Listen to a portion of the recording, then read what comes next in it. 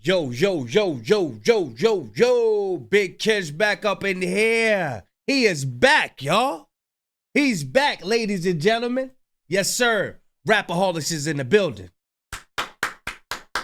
Let's see what kind of riddles we gonna get today.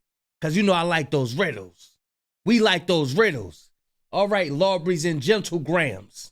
We about to get into this, man. Shout out to Rapaholics, man. He be putting this joint together. I ain't gonna lie, man. Xzibit talks if Drake is a PDF.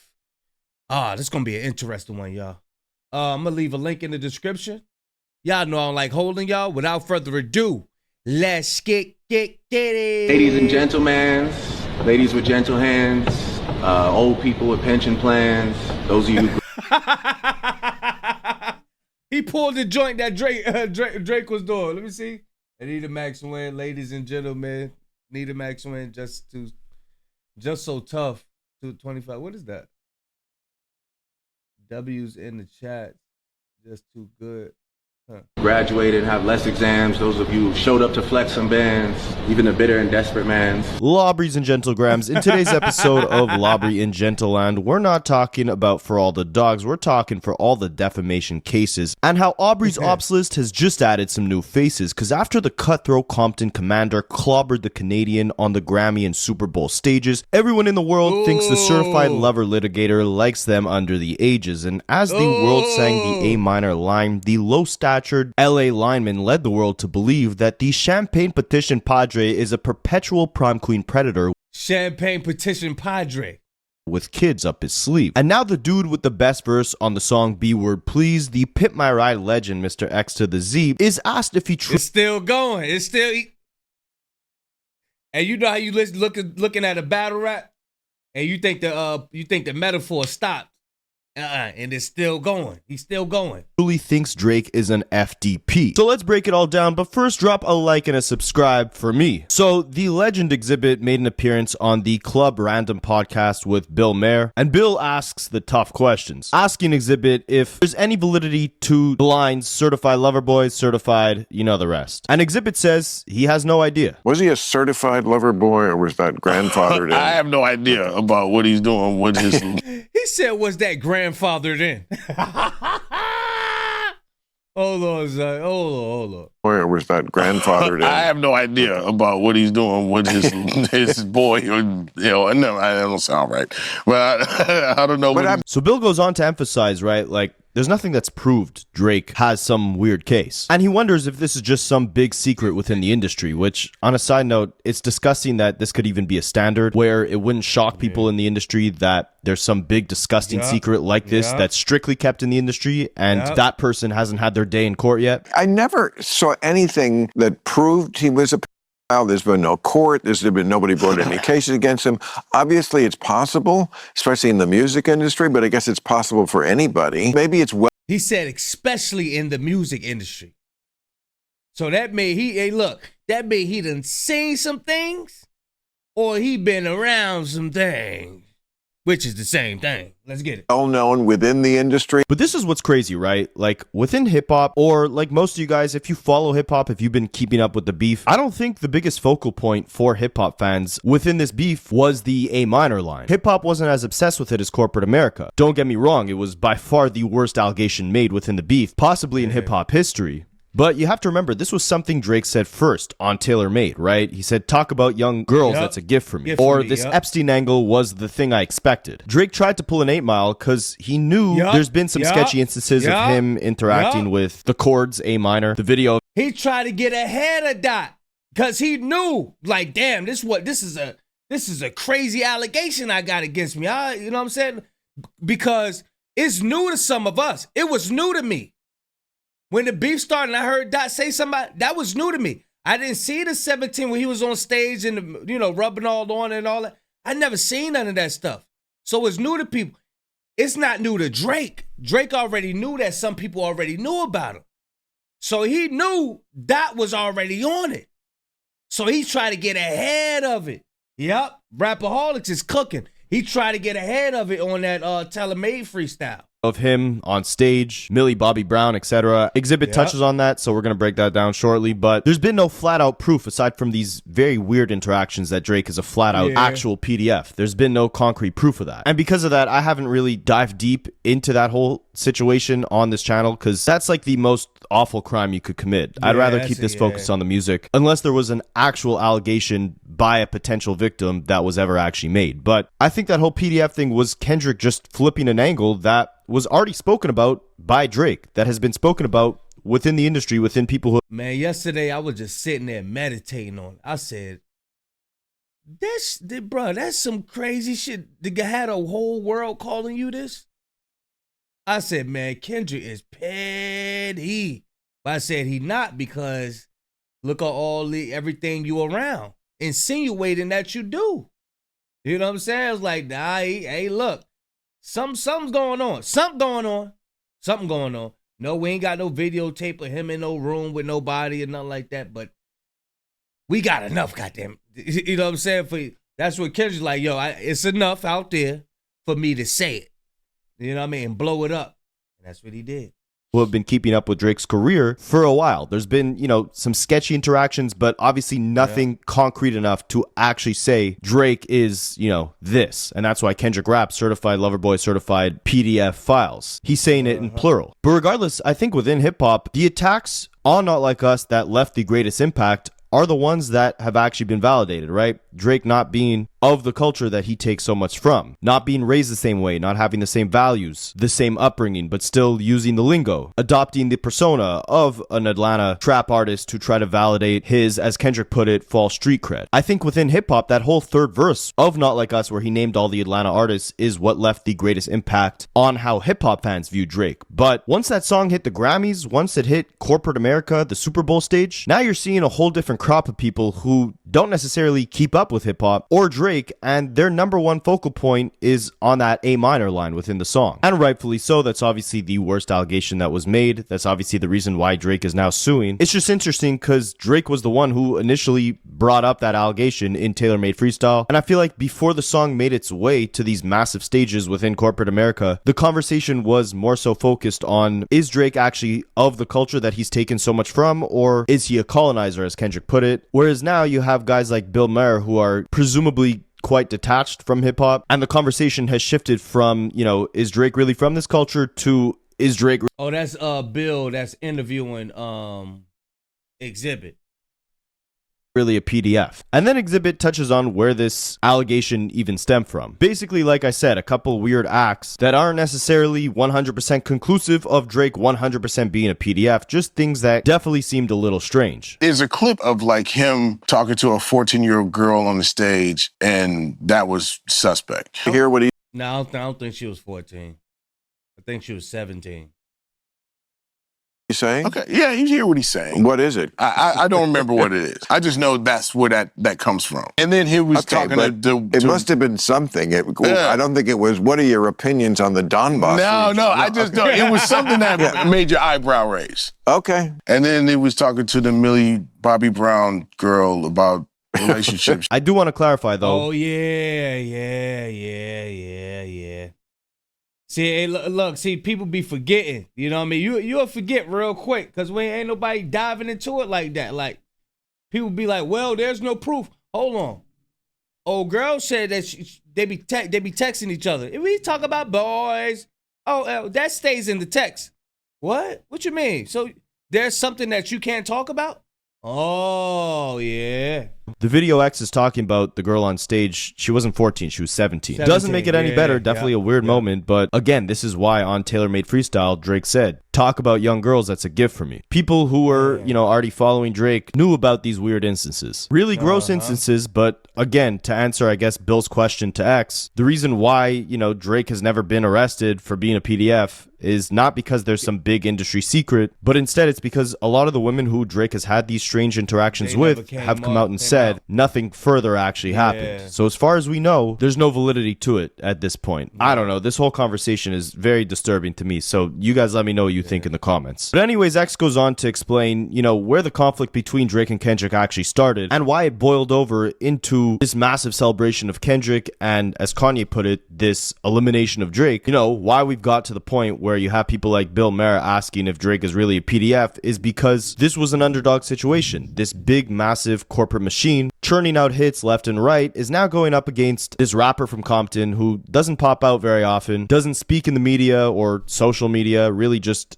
gets his message off through the music. And because of that, he's not as, you know, omnipresent or as massive globally as a Drake is. So to see him do what he did and tear down this, you know, massive machine that Drake is the reason why people have been celebrating the... Hey, that's the definition of waking up the sleeping giant, but the sleeping giant came out. The sleeping giant woke up on his own. way that they have and reacting the way that they have. Hip-hop's reaction wasn't necessarily due to the PDF allegations. Again, the worst ones that were made throughout the entire battle, possibly in rap battle history, but the celebration stemmed from the fact that real artistry won. Hip-hop culture won. And people like to run with things, right? So really it started from, you know, a feature, and we'll probably never know when Jab started or whatever, but it boiled over into this thing where it became this David and Goliath moment. And what you're seeing and why people are celebrating it so much is that this big, huge machine and this so-called rapper from Compton, that yes, he has success, but he's not as big as us. But hardly. Then X tries to explain why the beef blew up to the proportions that it did, possibly why you now have corporate America questioning whether or not Drake is a PDF. And Bill interrupts him to emphasize that it's because Kendrick just relentlessly kept releasing music and then kept performing it on these massive stages like the Pop-Out or the Super Bowl. But it blew up and it turned into something that, you know... Well, it blew up because he kept making records about it. And he would never stop singing it. And he sang it at the Super Bowl. And then Bill emphasizes that he didn't think Kendrick would go as far. Xzibit cold switching like a motherfucker.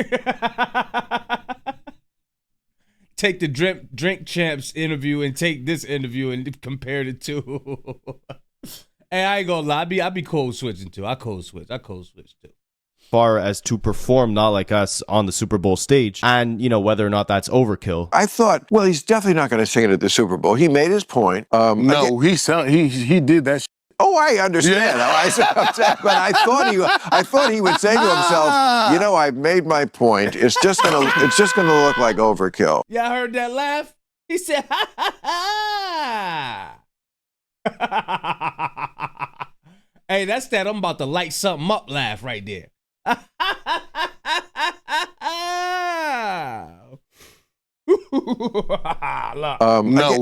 He did that. Oh, I understand. Yeah. But I thought he would say to himself, you know, I've made my point. Oh my God! Oh no, we gotta get that laugh back. Oh Lord. He did that. Oh, I understand. Yeah.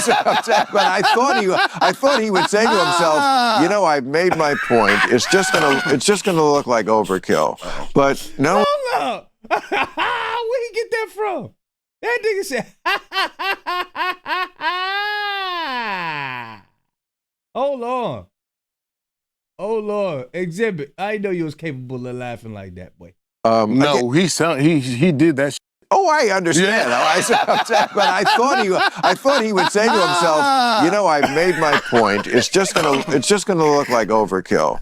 But no, it was like, let's have some overkill. I personally don't think, you know, it's overkill at all. And you guys could say I'm biased, but if the roles were reversed and Drake had his way, he'd be doing the exact same thing, if not more, than what Kendrick is doing right now. Don't forget all the allegations Drake made against Kendrick.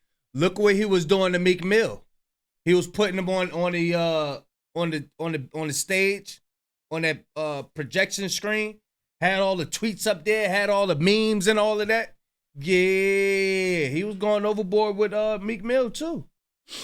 Kendrick, bringing his family into this first. That's why Euphoria was so great to me, because it was almost like Kendrick time traveled and then came back to make that record. Bars like, I make music that electrifies them, you make music that pacifies them. I could double down on that line, but I'll spare you this time. That's random acts of kindness. Then he goes on to electrify the Super Bowl stage, and you have guys like Bill Maher talking about if Drake really pacifies them. If you guys don't know what a pacifier is used for, I'll let you do your own digging on that. Or bars like, if you're taking it there, I'm taking it further. That's something you don't want to do. It should have been, if you take it there, I'm taking it further. That's something you don't want to do. Because I'll perform lyrical murder while you'll jump out and sue. And drop a like for these bars. But yeah, man, Kendrick warned him. Kendrick warned him of what would happen if he came out and spoke on the family. You want to press those red buttons, the red buttons will only get bigger. And there's no holding back once we agree that this is where we're going. And that's why Xzibit emphasizes, like, yeah, he's definitely performing that on that Super Bowl stage. And then X emphasizes this, right? Like, if this is a rap battle, all the cards are off the table. All bets are off. I could talk about whatever I want. And Drake has continuously had a problem with this. I would not want to be someone who, if I was innocent of this crime, because it's a pretty serious thing to level at somebody.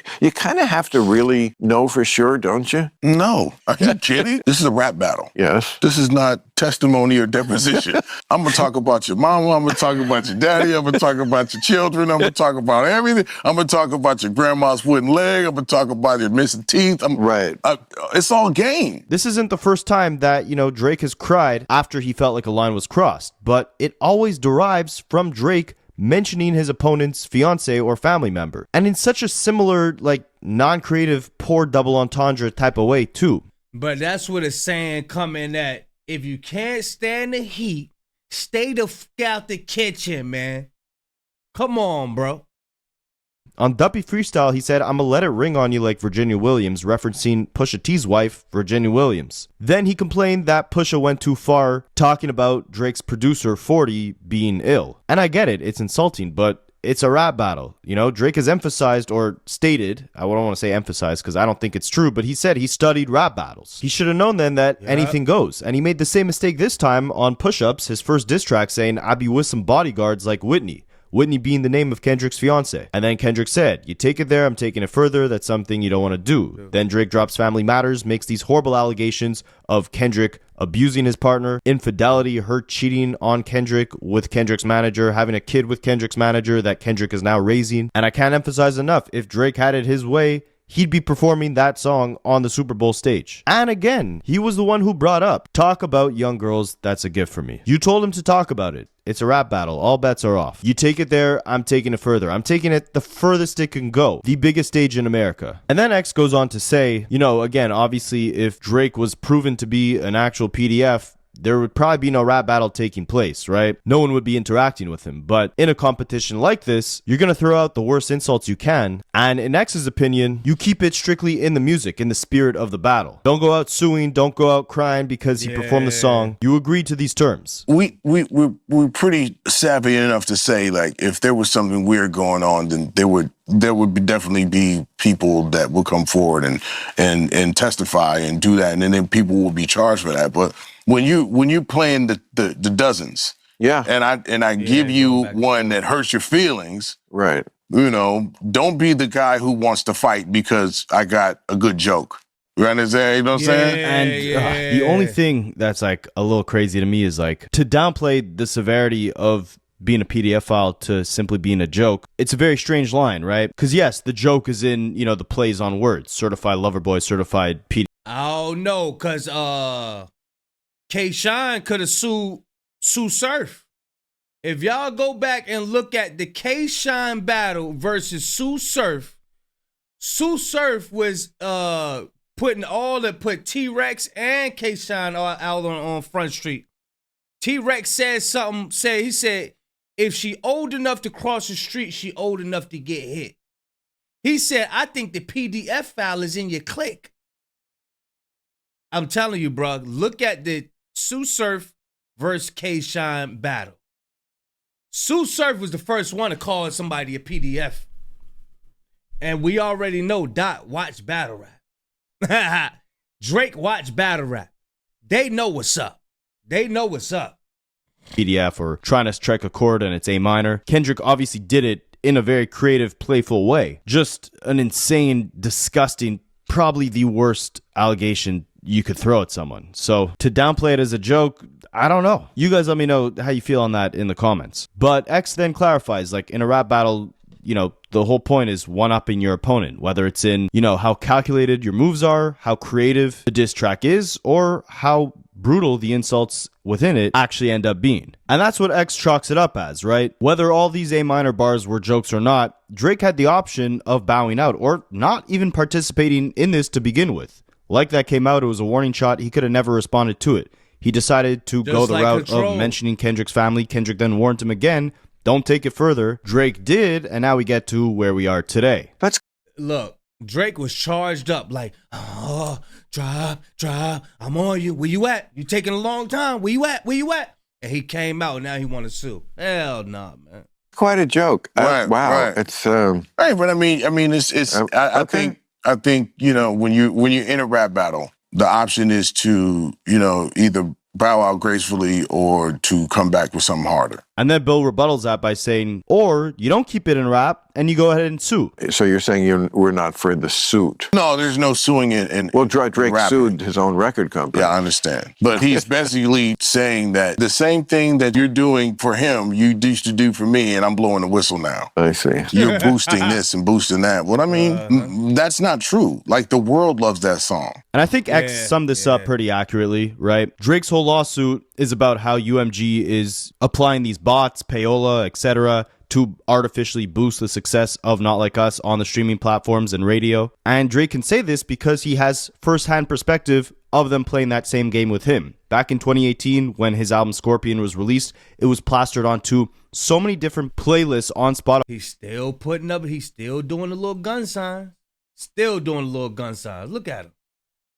But why you keep doing these damn gun signs, bro? Why do you keep doing these damn gun signs, bro? I take it. Radio. And Drake can say this because he has first-hand perspective of them playing that same game with him. Back in 2018, when his album Scorpion was released. Look. Why? Why are you tightening your lip, acting like you shooting something? At least why you still running with this nigga, yo, son? Stop doing that, B. It was plastered onto so many different playlists on Spotify that it had no business being on. Stuff like he out in the woods. Maybe he about to shoot a deer or something like that. Maybe he going hunting, man. He got on his hunting gear. Oh, okay. He about to go shoot some ducks. Maybe. Yeah. Like jazz playlists, gospel playlists. Drake was everywhere the week of that release. So much so to the point where Nicki Minaj, his former label mate on Young Money, called out Spotify for not promoting her album nearly as much as they were with Drake. They did Drake's. Yep. Cause hey, look, people start complaining. Bro, why the hell is Drake always on my damn timeline? What the hell is going on? Yep. And I believe Spotify actually had to refund some of their users because of how upset their users were for seeing Drake's face plastered all over all their playlists, even when they didn't want to listen to him or were listening to genres completely outside of the music Drake makes. Drake having that first-hand experience is why he's able to now turn the tables around and be like, look, UMG, the same game you played with me, you played with Kendrick, and now I'm blowing this whistle. I'm snitching on the whole industry, taking it all down. And that's why Drake tries to frame this as him kind of saving the industry, right? Yeah. Drake wanted it to be a tie. He wanted them to push his stuff so it could seem like it's equaling up to Kendrick Lamar's bars. But bruh, you got the people too, bruh. Drake want to pay for every damn thing. He forgot all about culture. No, he wants to forget it. He wants to totally exclude culture. Like, we don't have an opinion. We don't have no say-so. There's no power in the people. Oh, Lucian, you supposed to pay for my record and push it out there so it can make it look like a tie. Nah, not this time.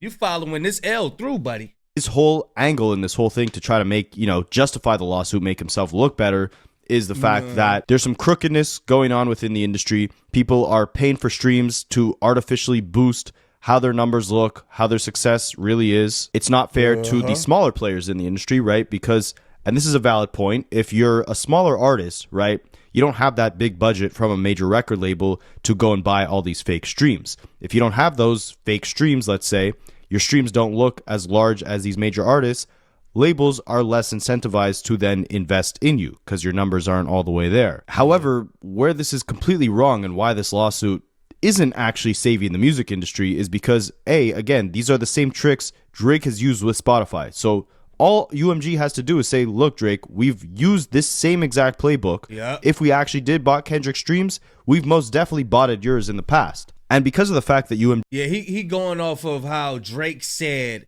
that he's helping the new and upcoming artists in protecting them from the beast, the monster, the UMG. Yeah, this is why I'm suing, because I'm protecting everybody else. No.